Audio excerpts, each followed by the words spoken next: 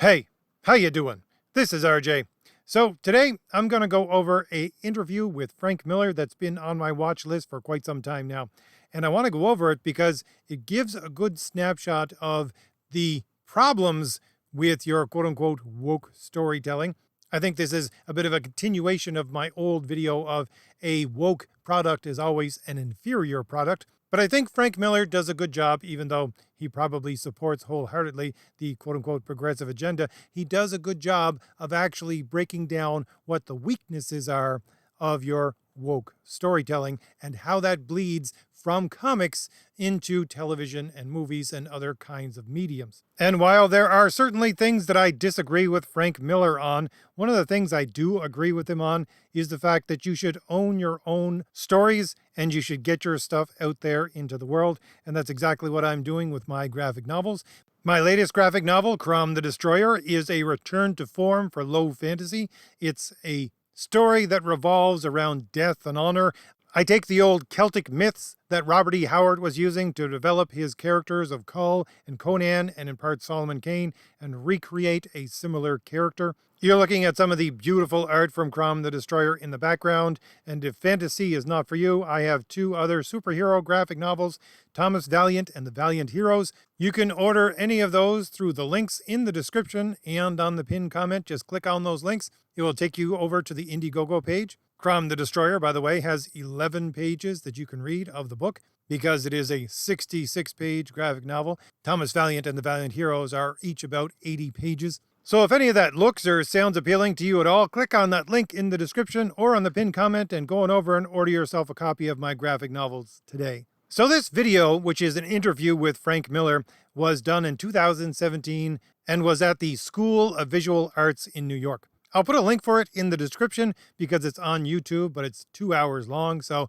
you should carve out some time if you want to listen to the entire thing. And as usual, I want to look at not just what the people in the interviews are saying, but the venue in which they're saying it, who they're talking to, all these minor points as well, because they play into the way that you analyze what they say and what they actually mean. So that being said, this is not actually supposed to be an interview about Frank Miller, although that's what it becomes. You have Klaus Janson interviewing Frank Miller about Will Eisner for the students of the School of Visual Arts. And very quickly, for those who are not in the know, here are the players. Klaus Janson is an inker primarily. He inked a lot of Frank Miller's work, most notably Daredevil, and then after that, I do believe The Dark Knight. He is now a teacher at the School of Visual Arts, and he also works part-time for Marvel. He goes into the Marvel offices, the Marvel comic offices, at least once a year and gives lectures to them basically about how to make comics, especially to the people who are actually supposed to be the editors. Frank Miller probably needs no introduction, but I'll do it anyways. He not only worked on the seminal recreation of Daredevil during the early 80s, but also created characters and stories within The Dark Knight, which is what basically everybody patterns their Batman off of right now, and has done so since the early 80s. He's also written and produced Sin City, first as a comic, then as a movie, as well as The 300 and various other things. Will Eisner is basically the grandfather of comics. He's considered the gold standard of comic creation.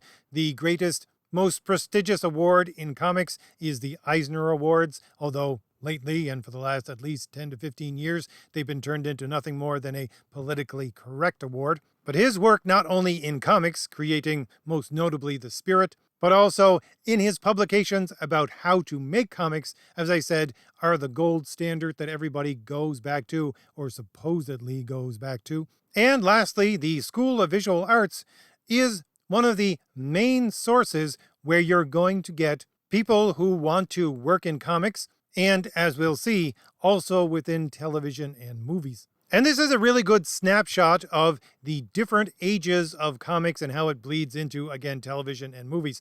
Because first of all, we have a lot of stories about Will Eisner, who was basically there when the creation of comics began, or at the very least, soon after that. He gave influential people like Jack Kirby their first start in comics, working for him. So that's the old school way of writing comics and dealing with comics and creating a story. Then you have Frank Miller telling a few stories about Neil Adams, which Frank Miller categorizes in the same vein as Will Eisner. Then you have Frank Miller, a superstar from the 80s in comics, which he then parlayed into making television and movies. Then you have Klaus Janson, who helped him do that back in the 80s, and then moved on to become someone who trains people to get into each of these mediums. And then we have the students of the School of Visual Arts who want to be the next generation of people working first in comics and then within television and movies. So one of the really interesting things about this is that I think Frank Miller straddles the fence between the old way of making comics, which he still adheres to some degree, while at the same time holding a completely quote-unquote progressive mindset about what you're supposed to put into your comics. In this interview itself, he uses the actual phrase straight white men in a derogatory manner. He talks about how some of his stories within Sin City were meant to basically counter conservative culture from the 80s and ideas like family values or a nuclear family. And funny enough, he uses the phrase moral liberty, which is something I did a video about just a couple of weeks ago. Basically saying that you have these quote-unquote progressive people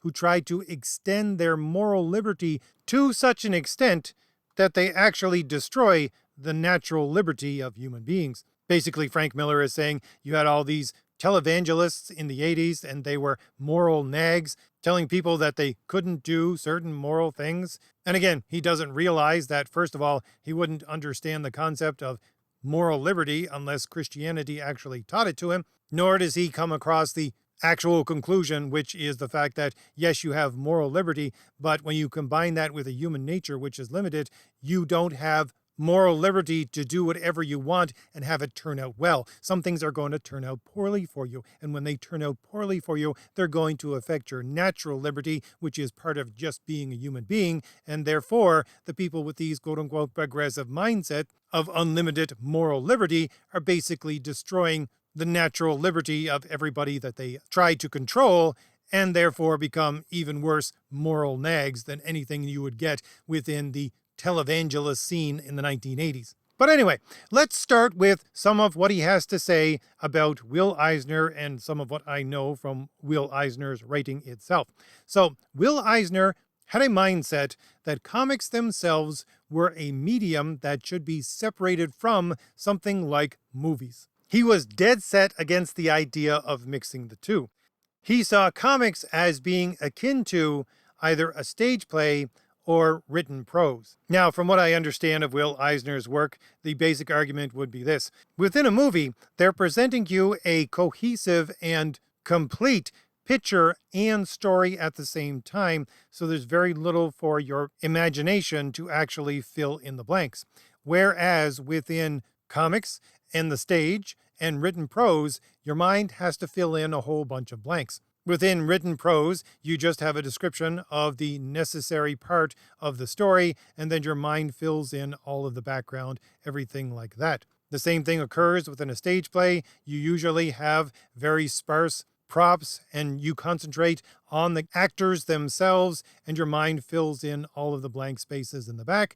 And so it is, he says, with comics, although you may have one snapshot after snapshot of what is going on within the visual and then some textual in order to bring out what is actually happening. You also have not just panel gutters, but panel breaks, and that sequential part of it, those breaks between, are the blank spots that your mind has to fill in order to have an interactive storytelling, as it were. Now, Frank Miller, while having some respect for this idea, said that he argued with Will Eisner about this point constantly, and if he were still alive today, he would still be arguing with him about this point. At the very least, Frank Miller said if you use that kind of system, there are exceptions to the rule, but he himself would use a more cinematic approach to telling stories within comics.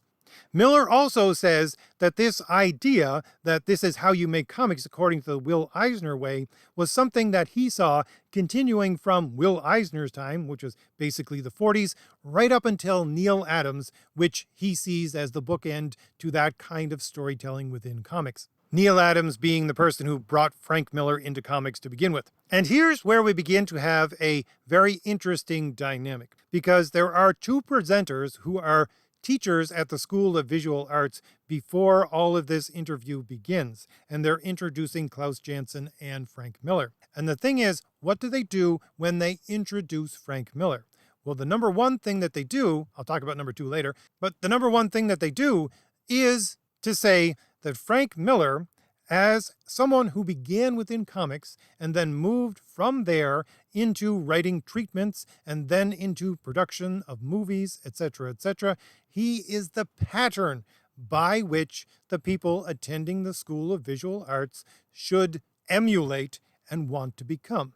And since a lot of these people are going to go on to work in comics themselves, mainstream comics, we finally get an answer to that question that many people have been asking.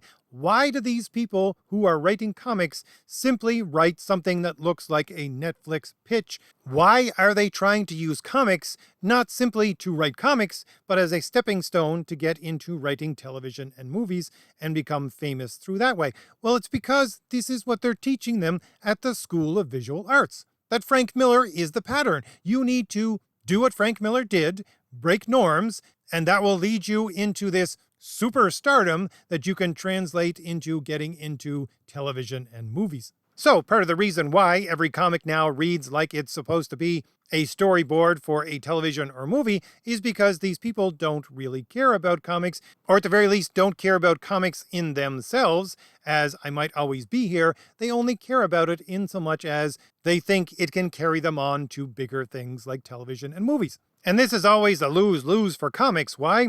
Because, well, go back to the words of Will Eisner. He said, you can take comics and turn them into movies, but you can't take movies and turn them into comics. Why? Because you've already fleshed out that entire world with the movie, trying to go back into a medium wherein the reader has to fill in the blanks.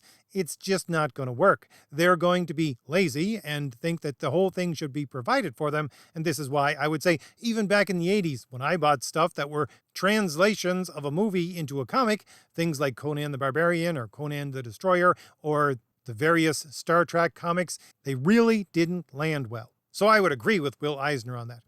And yes, we know that this is exactly what comics is meant to do right now.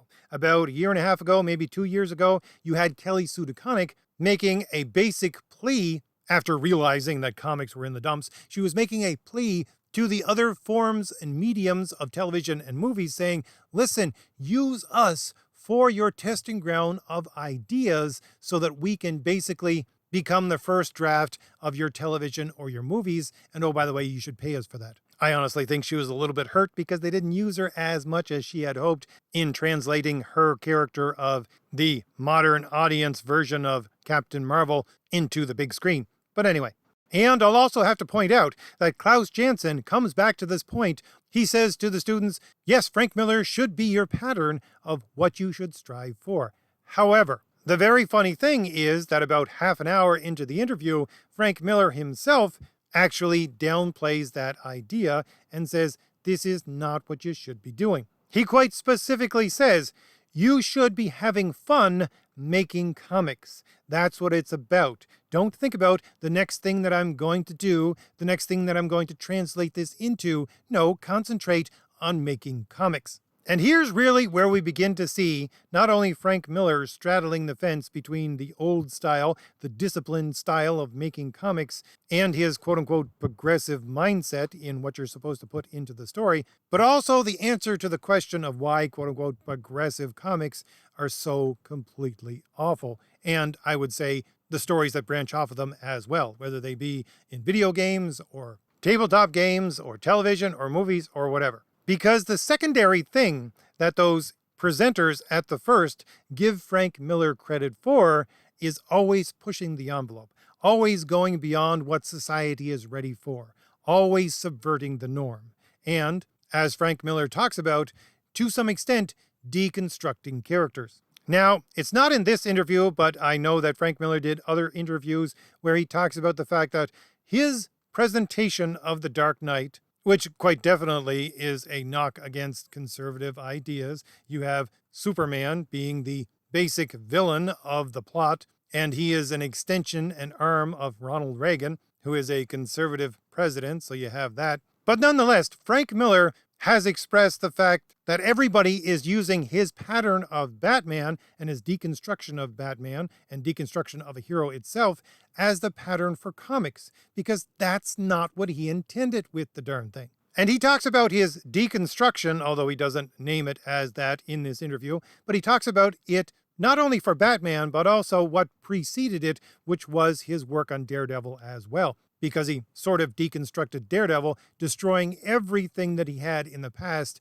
and creating the character anew. And again, while Miller is using his story to knock conservative ideas, he basically says that what he was doing within deconstructing his characters was simply a way of readjusting the character so that he could make the storytelling manageable. His basic statements were, it makes no sense to have a 30-year-old character with over 60 years of experience within his history, and on top of that, to have readers who want nothing but continuity with that history. It makes no sense. Therefore, he wanted to wipe the board clean. He wanted to try to take the character and destroy everything within its past, keeping only the essential elements so that he could then work forward from those basic elements and tell stories that wasn't weighed down by unrealistic expectations of the reader with their continuity of 60 years within 30 years. So here's where I'm going to break off for a few minutes and talk about storytelling itself, which relates to what Frank Miller is talking about, and then go back into what he continues on with in the interview. If you look at the works of Will Eisner, and again, this entire interview with Frank Miller is supposed to be about Will Eisner, Will Eisner uses extremely logical descriptors when talking about an extremely logical way to lay out a story. And that's not just me making that up. Just listen to a couple of sentences from one of his works. He says things like, writing, as it is practiced in sequential art, can be defined as the conception of the idea encompassing of words and the construction of the story. It is critical to this medium because it is at once a part and the whole of it. He goes on and on like this, describing story. This is a logical way of describing art and ideas and concepts. He's using very basic logic language. And these, you can see if you have a trained eye, are very much descriptions of reason and logic. And this goes back in Western culture for 3,000 years. This is how story is constructed within Western society for thousands and thousands of years. We have Aristotle in the 400s BC actually laying down this pattern of storytelling, working off of stories that originated from events 800 years before him, which is basically 1200 BC. And why is Aristotle so important? Well, look around you. I don't think anything that you can see around you that was made by human hands would be there if not for Aristotle. He not only laid the foundation, but fully flushed out the study of logic, which was one of the cornerstones of what allowed science and the scientific method to develop.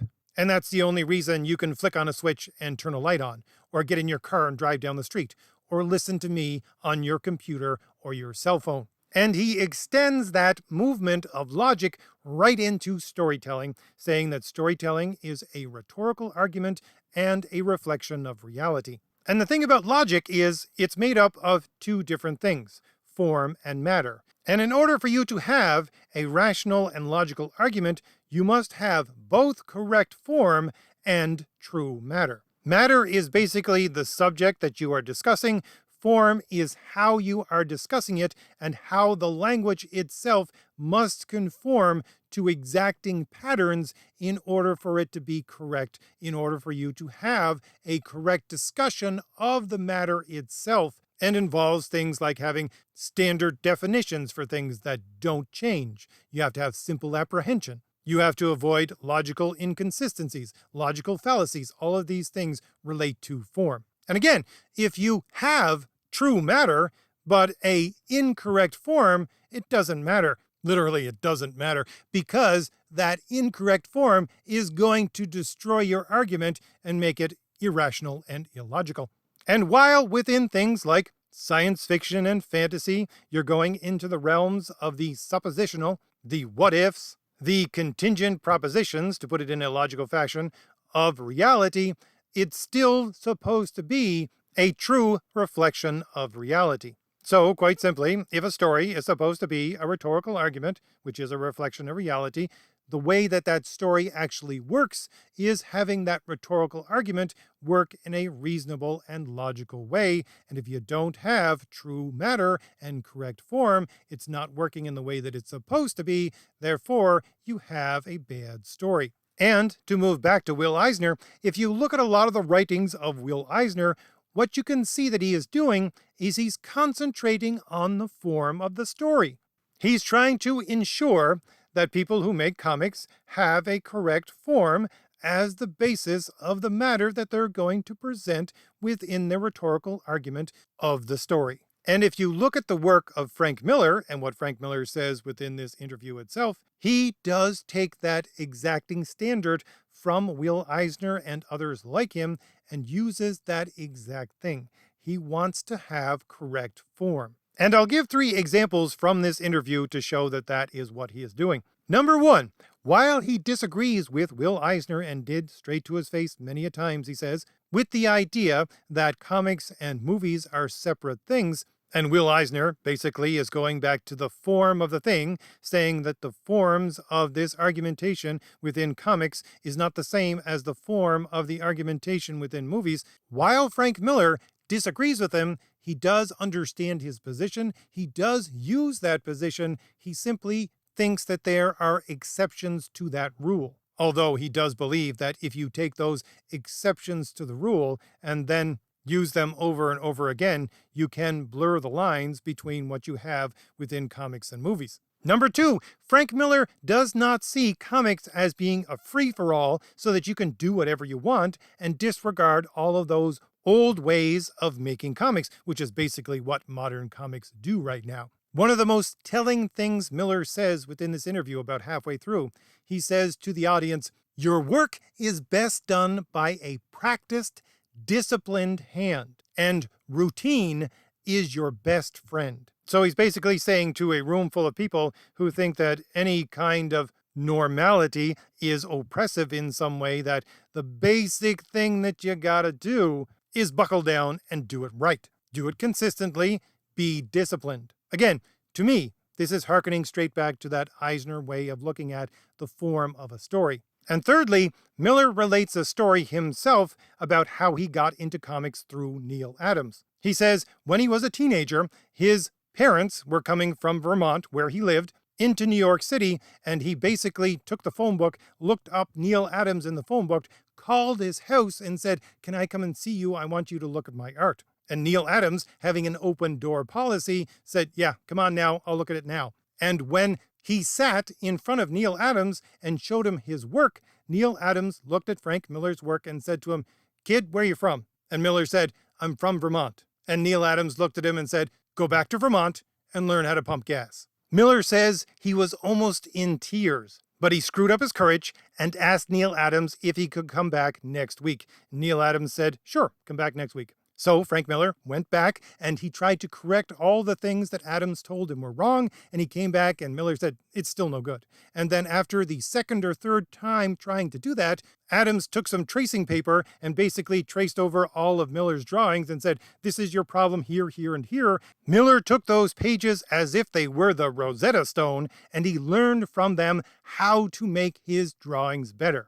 And when he eventually came back, time after time, Neal Adams said to him one time, "Okay, kid, I'll make a call." And he called Gold Key Comics and got Frank Miller his first job doing art for the Twilight Zone. And Miller says later on in the interview that this meeting with Neal Adams was the way that these old-timers handled things within comics. It was not only a test of skill, but a test of character before you could even get through the front door. And that test of skill and character was a combination of, can you do it right? Not can you do it your way, not can you break all the rules from the beginning, but can you do it right? And work from that basis, that early basis, and then improve on that even more. Because Miller goes on to say that when he eventually got into Marvel Comics, Jim Shooter gave him pages from John Byrne's X-Men and said, "This is what I want." And Miller said, "I can't do that. I'm not a pretty artist. I can't do that." So what he concentrated on was his strengths, which, by the way,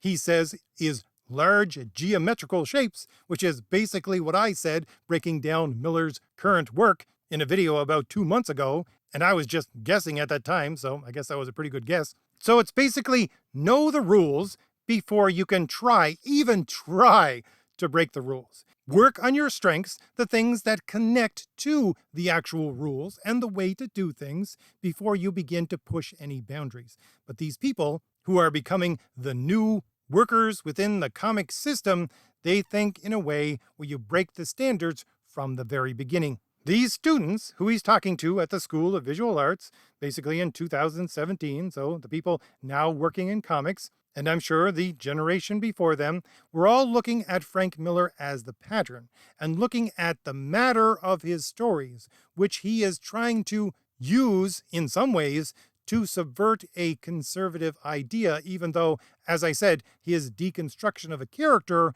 was much more in line with trying to take the matter of the subject, which is his character, and break it down to its essentials, basically break it down to what logically would be the substance of the character without any accidents. He was using that logical form within his deconstruction, although that's not what it became. Because, as I said, these students are looking at his subversion of the matter, which I would agree, a lot of his matter is subverted because he has this quote-unquote progressive mindset. It's not actually true matter, but I'll leave that aside. They're looking at his subversion of the matter and then applying it to what they see as deconstruction, which, as he describes it, is nothing more than a clarification of the actual way to make stories, and they're seeing that as a way to destroy the character itself and build it up anew in their own image. And not only that, but to move that subversion straight into the form of storytelling so that they don't have to use the traditional methods of telling a story to begin with. And again, you see this reflected in the questions that Klaus Janson, who is a teacher at the School of Visual Arts at this time, is asking Frank Miller. You can see the tinge of that kind of thinking within the questions that he asks. And again, he's teaching these students, who, by the way, he knows by name because he calls them out by name when they ask questions. These students who are going to be the ones to work in Marvel and DC and mainstream comics, and then, according to the pattern he's talking about, move on to television and movies and telling stories in larger mediums. And this is where we get into the real weakness of your quote-unquote progressive storytelling. As I said, this video is a bit of a continuation of my old video called A Woke Product is an Inferior Product. Why? What was my argument there? Well, the argument is basically this.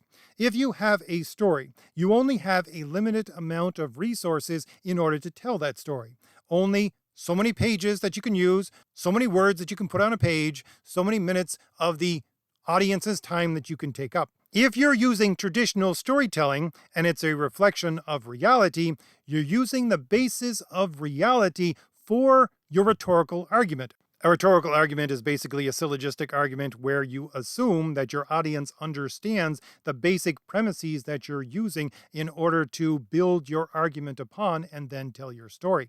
So for traditional storytelling, that basis that you assume is reality. You assume that your audience lives in reality and that they know how it works. Therefore, you don't have to explain any of that. Therefore, you can use 100% of your resources, limited though they are, on telling the story itself. But for a quote-unquote progressive person who is writing a story, first of all, they don't believe that reality exists in any meaningful way. It is just a social construct, and it is constantly in flux and changing. So what do they have to do? They have to do, I would say, one of two things, or possibly a combination of two things. Number one, they have to steal some of their resources that they use to tell the story in order to set up the backdrop of reality for the audience to understand it. They have to explain to the audience, this is how reality works within this story. And they constantly have to do it because the definitions of everything are constantly changing within your quote-unquote progressive ideology. And again, in order to do that, they need to rob some of the resources, the limited resources that they have, the words that they can use, the pages that they can use within their story, the time that they can use within their audience's life in order to explain that, in order for that audience to understand the story if at all. And this necessarily makes a progressive story an inferior story. And the secondary part of this, which I just realized with listening to this interview with Frank Miller, is the answer to the question of why these people never make anything new, why they have to take these established properties and then destroy them. Because this is how their argumentation works. If a progressive storyteller is telling a progressive story, and in such he has destroyed the very form of the argument, therefore there is very little for your audience actually to hold on to in order to engage their attention, especially when you're trying constantly beating the audience over the head with an explanation of how this world works. They're going to have, as an audience, very little to hold on to because that basis of reality as being, again, the basis of the story is not there.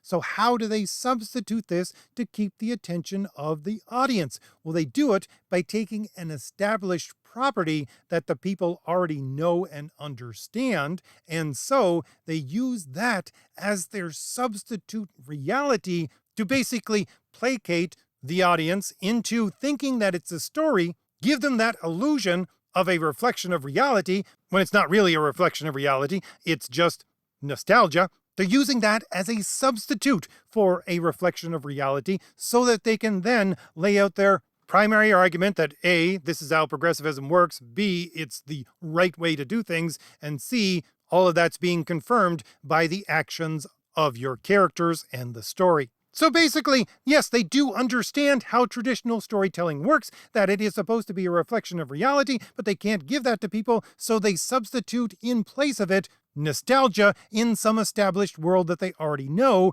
which means that this is the only way that they're actually going to get their message across, and they're going to constantly do this. They're never, ever going to create anything new because it's not within their system of storytelling. Because, of course, no one will watch that. No one will read that. No one will play that. And the funny thing is, again, with this interview with Miller, is that he doesn't realize that his quote-unquote progressive mindset will lead to the mindset that he himself condemns within this interview as bad storytelling. Miller comes right out at one point and says the majority of comic books on the comic book shop shelves right now are bad stories. He says that story is the key. And again, working right back to Will Eisner, invoking him within this as well, saying that everything flows from the story. Your characters, your setting, your timing, everything flows from your story. And if you don't have a good story, none of that is going to matter. Again, talking about a combination of the form and the matter of good storytelling. And at another point he says, if you're just retelling someone else's story, that's no good. Why? Well, he quite specifically says why is because if you're just retelling a story, that's a retelling of a story, that's a retelling of a story, then with every retelling, you're getting farther and farther away from reality. And again, he doesn't realize that his kind of mindset leads to that exact thing. I covered an interview, I think it was with the New York Times, that Marika Tamaki did. This was a couple of years ago on my channel. Marika Tamaki basically wrote She-Hulk for Marvel. She then wrote I Am Starfire. Last I heard of her, she was writing Batman, so very influential within comics. And Marika Tamaki comes straight out within that interview and says, well, human beings are basically nothing. All we are is a mimicking of the other things that we see around us. We take in with our senses these things we see around us. We store them in our memory banks. And all that your life is made up of, and you yourself are made up of, is the taking out of one or more of these things from our memory banks and recreating them, mimicking them in our own lives as if they were our own. So what she was basically saying is that there is nothing new. You don't have a story of your own. You're just a mimic of someone else's story, and they themselves are a mimic of someone else's story, which is a mimic of someone else's story. Again, going back ad infinitum, which, as Frank Miller would say, is nothing but a disconnect from reality, and she is using that as her basis for storytelling, and Frank Miller is saying this is the worst kind of storytelling that you can have. And here's where I think the mental disconnect of Frank Miller lies. Because when talking about story, he says everyone wants to be a storyteller. Why? Because everybody has a story to tell. And he's talking to the students, basically saying to them, each of you have a story to tell your story. But here's the thing, and here's my thoughts on the entire thing and where it falls down. Just because you have a story to tell does not mean that your story is worth telling. First of all, going back to the idea of limited resources, your story better be the cream of the crop if I'm going to sacrifice some of my time and my resources in my story of my life and give it over to listening to yours. And if, number one, all you're doing and all your ideology tells you to do is to retell a retelling of a retelling of a retelling of a story, then no, just as Frank Miller says, that's so far from reality, it's not a good story. And number two, you think you can subvert even the form of storytelling when you first begin to tell stories, then no, you have no concept of how to tell a good story. And it all stems from this mindset that Frank Miller himself has, that no, I have moral liberty to do whatever it is I want to do, and if reality gets in my way, then I have to figure out a way in order to ensure that reality doesn't oppress me and my ability to do whatever I want to do.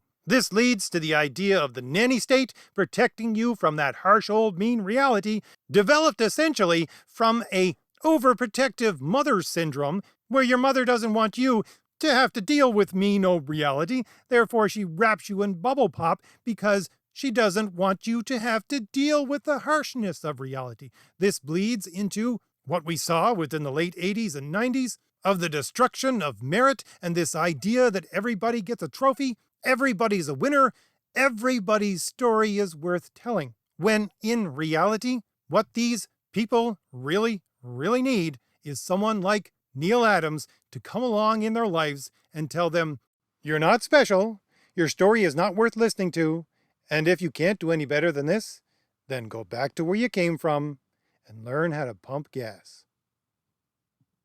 So, if I've given you anything new to think about, hit like, hit the shield in the lower right-hand corner of your screen to subscribe, and leave me a comment. Tell me what you think about all this. And don't forget, the link is in the description and on the pinned comment for all of my graphic novels, especially Crom the Destroyer. We're in the middle of our campaign right now. So click on that link in the description or the pinned comment and go on over and order yourself a copy of Crom the Destroyer today. All right, I'll leave it there.